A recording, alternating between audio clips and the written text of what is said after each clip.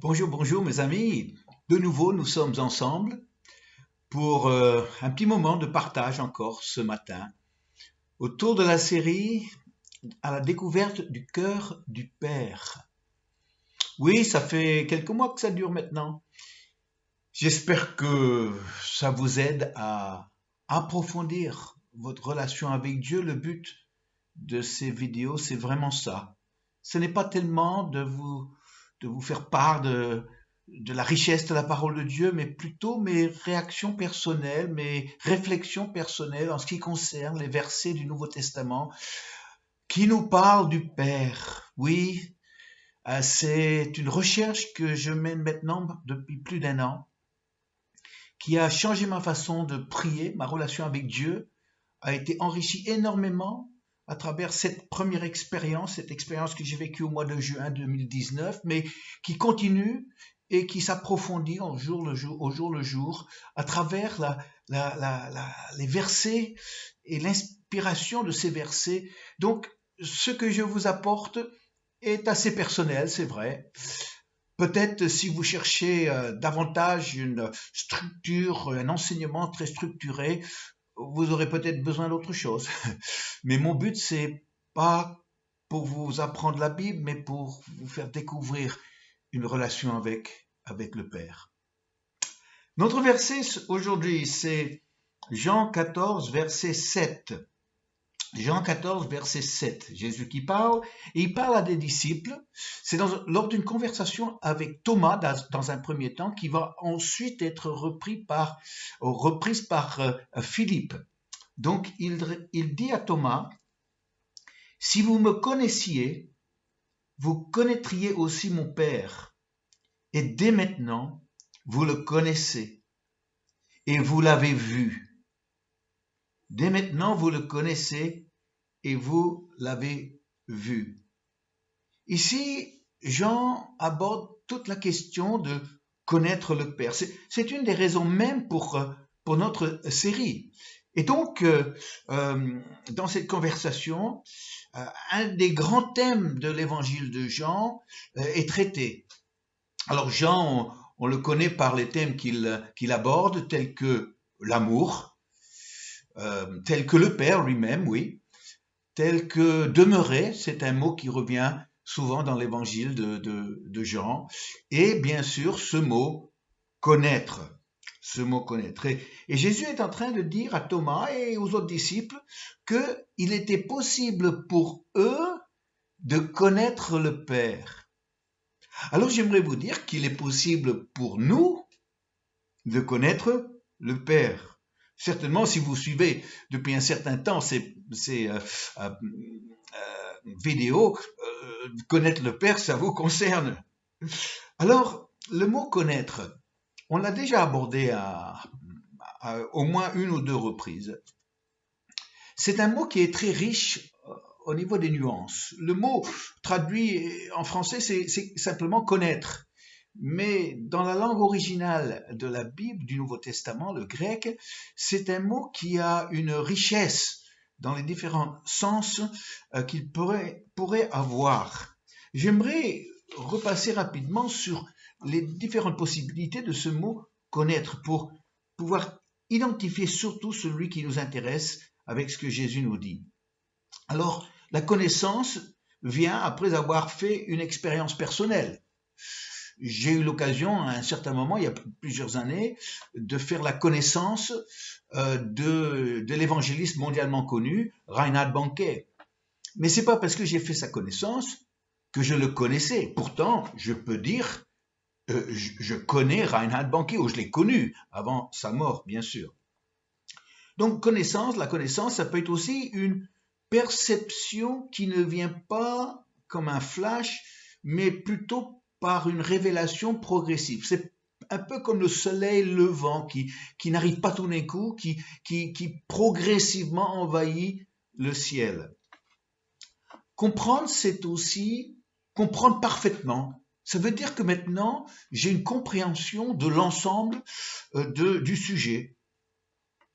La connaissance, c'est aussi une relation entre deux personnes qui s'apprécient, une relation qui s'approfondit de jour en jour. C'est être, dans le sens spirituel, être connu du Père et le connaître un peu plus chaque jour. La connaissance peut être aussi quelque chose qui s'acquiert par l'observation. Je connais en observant. Il y a même le sens d'avoir une conviction, de comprendre la vérité. Donc plusieurs sens. Celui, bien sûr, que je retiens dans ma relation avec le Père, c'est le sens de cette connaissance de deux personnes qui s'apprécient, cet amour mutuellement partagé qui dégage de cette connaissance. Et c'est surtout ça ce que je retire de la connaissance, c'est que la connaissance entre deux personnes fait naître l'amour. Oui, on ne peut pas aimer quelqu'un qu'on ne connaît pas. Oh, peut-être qu'on peut avoir une espèce de coup de foudre à distance, être emballé, mais non. Un vrai amour va émaner d'une connaissance de la personne. Et de cet amour va aussi jaillir de l'affection. On a de l'affection pour les gens qu'on aime. Et les gens qu'on aime, c'est parce que on les connaît. Et dans cette connaissance, on les apprécie. J'aimerais aujourd'hui vous parler de l'affection. Oui, la connaissance qui produit l'amour, qui produit l'affection. Parce que l'affection, c'est être affecté par quelqu'un. Alors, on est affecté par l'amour quand l'amour va naître dans le cœur pour quelqu'un. L'exemple facile, c'est le jeune homme qui tombe amoureux d'une jeune fille et qu'à partir de ce moment-là, il y a une affection qui fait en sorte qu'il ne pense qu'à elle. Il rêve un peu dans la journée de la revoir en soirée. Pour ça, on comprend. Cette affection qui va entretenir l'amour dans une relation, ça aussi, on peut le comprendre. C'est pas quelque chose qui va s'éteindre, s'allumer, s'éteindre, se rallumer. Non, c'est quelque chose qui va progresser, qui va s'exprimer. Mais aussi, l'affection s'exprime quand on perd quelqu'un qu'on aime. Oui. Alors, c'est vrai que, en tant que pasteur, un des rôles d'un pasteur, c'est de conduire des obsèques. J'en ai conduit beaucoup d'obsèques, oui. Et un certain nombre de ces obsèques, c'est des personnes que je ne connais pas. Et c'est vrai que je suis confronté à des personnes dans une grande tristesse. J'essaie de montrer vraiment de l'empathie, de la compassion pour ces personnes qui sont dans le deuil, dans la douleur d'avoir perdu un être cher. Mais personnellement, je suis pas triste. J'ai mon rôle d'accompagner, d'aider, de réconforter, mais personnellement, je suis pas triste. Mais il y a eu quand même quelques fois où j'étais affecté. Oui. Parce que je connaissais la personne, parce que j'aimais cette personne. Sa mort me touchait de près. Peut-être celle qui m'a affecté le plus, c'était une fillette de 12 ans. Elle s'appelait Sarah. Et Sarah était dans une famille qui était dans l'église pendant quelques années, une famille de 5 enfants, merveilleuse famille chrétienne. Je les aimais beaucoup. Ils étaient pleinement impliqués dans la vie de l'église. Pour des raisons personnelles que je ne peux pas élaborer aujourd'hui, la famille a dû déménager et donc je les voyais moins. De temps en temps, ils venaient comme ça pour dire bonjour et un dimanche, la famille est arrivée comme ça, spontanément, sans s'annoncer. J'étais tellement heureux de les voir. Et pour ceux qui ne connaissaient pas cette famille, j'ai présenté la famille et Et je me rappelle plus des circonstances exactes, mais je me suis retrouvé devant l'assemblée avec la fillette, avec Sarah, qui est venue me faire le plus grand des câlins. Et j'étais tellement heureux de ce câlin. Elle m'aimait beaucoup, et moi aussi, je l'aimais beaucoup. Elle était si belle, si gentille comme fille.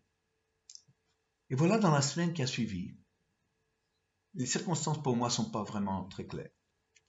Mais elle est tombée d'un Velux, de la toiture de la maison. Et elle est décédée. Et quand il y a eu la mise en bière, j'ai vu le corps de cette fillette maintenant sans vie. Elle était comme un ange. Et quand j'ai dû faire les obsèques, j'étais très touché. Oui. Ah, j'ai pleuré. Surtout quand je suis rentré à la maison, une fois que tout était terminé. Là, j'ai pleuré. Pourquoi? Parce que j'étais affecté. Oui. Et pourquoi est-ce que j'étais affecté? J'étais affecté parce que j'aimais. Et j'aimais parce que je connaissais. Oui, c'est une des plus belles expériences, si pas la plus belle expérience qu'un être humain peut connaître. Aimer et de l'exprimer avec de l'affection. Aujourd'hui, on est tous concernés par ça. J'imagine que pour vous, ça a aussi une telle importance. J'ai de la peine pour ceux qui aiment et qui ne savent pas l'exprimer par de l'affection, par de l'émotion. Je vous ai parlé de Reinhard Bonnke, je l'ai rencontré en Floride dans un rassemblement très restreint d'évangélistes. Et ce jour-là, j'ai eu l'occasion avec d'autres de prier pour lui, pour sa santé. Quand j'ai appris son décès, c'était il n'y a pas si longtemps que ça, j'étais reconnaissant à Dieu pour un homme qui avait consacré sa vie à l'évangile et qui avait amené des milliers, des centaines de milliers à Christ, surtout en Afrique. Mais j'étais pas triste pour lui. Ça me touchait pas, parce que ma connaissance de lui, c'était une rencontre, mais pas un amour personnel qui m'impliquait. Mais j'avais un ami qui était un homme de Dieu remarquable, qui avait une dizaine d'années plus que moi, qui avait marqué le pays d'Australie, qui était connu sur le plan national, mais aussi en Amérique. Un homme qui avait un don prophétique remarquable. Et on s'est liés d'amitié. Je l'aimais, il m'aimait. Ils sont venus avec son épouse à la maison à Paris.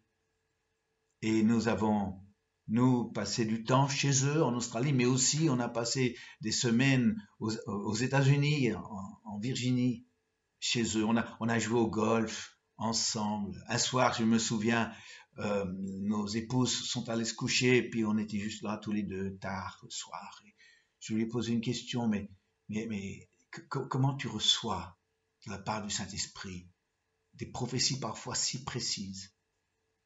Et il m'a expliqué, c'était remarquable de l'écouter parler comme ça. Oui. Et voilà qu'à 65 ans, c'était 64 ans je crois, il apprend qu'il avait une tumeur au cerveau et que ses jours étaient vraiment comptés.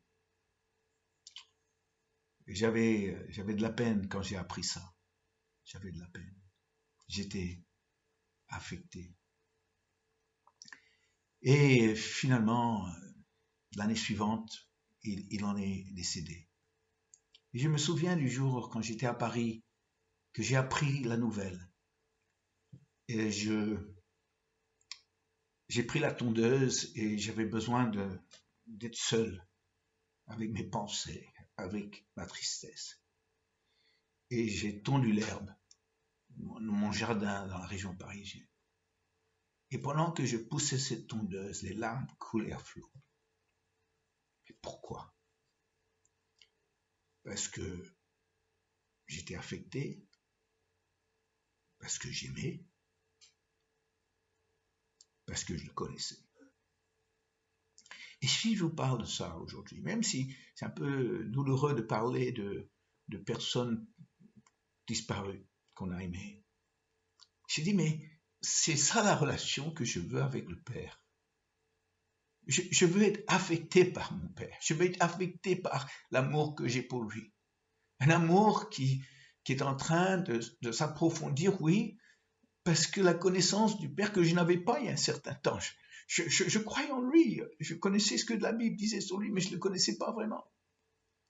Mais au fur et à mesure que cette connaissance venait, comme le soleil qui se lève le matin, l'amour est né pour mon Père qui est aux cieux. Je suis affecté par lui. C'est une bonne affection. Je crois qu'il est affecté aussi par mon amour pour lui et la connaissance qu'il a de moi. En tout cas, c'est une relation intense. Il y a de l'émotion, oui. Il y a de l'amour. Il y a de l'affection. Je le souhaite pour vous que vous puissiez connaître le Père comme ça, afin que votre relation avec Dieu soit d'une telle richesse, une relation qui soit vraiment le moteur de votre vie spirituelle. Alors, avant de terminer, aujourd'hui, eh bien, j'aimerais chanter un chant qui avait été composé par quelqu'un que je connaissais des années 70. Bien sûr, c'est les petits chants de Vincent, parfois un peu adaptés aussi.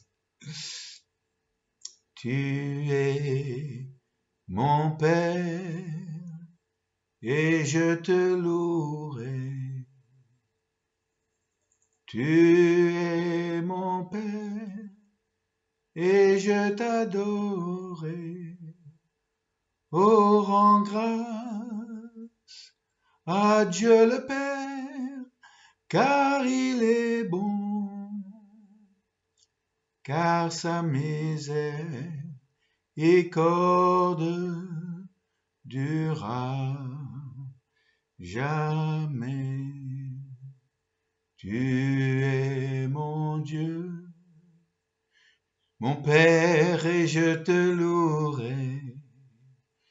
Tu es mon Père, et je t'adorerai. Oh, rends grâce, oh Dieu le Père, car il est bon, car sa miséricorde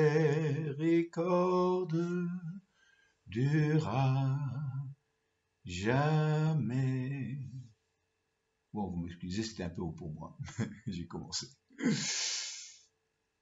On va prier, si vous voulez bien. Ce matin, je prie mon Père, mon Dieu, ému, m'étant rappelé de l'affection que j'ai pour toi, l'émotion que je ressens dans ma relation avec toi.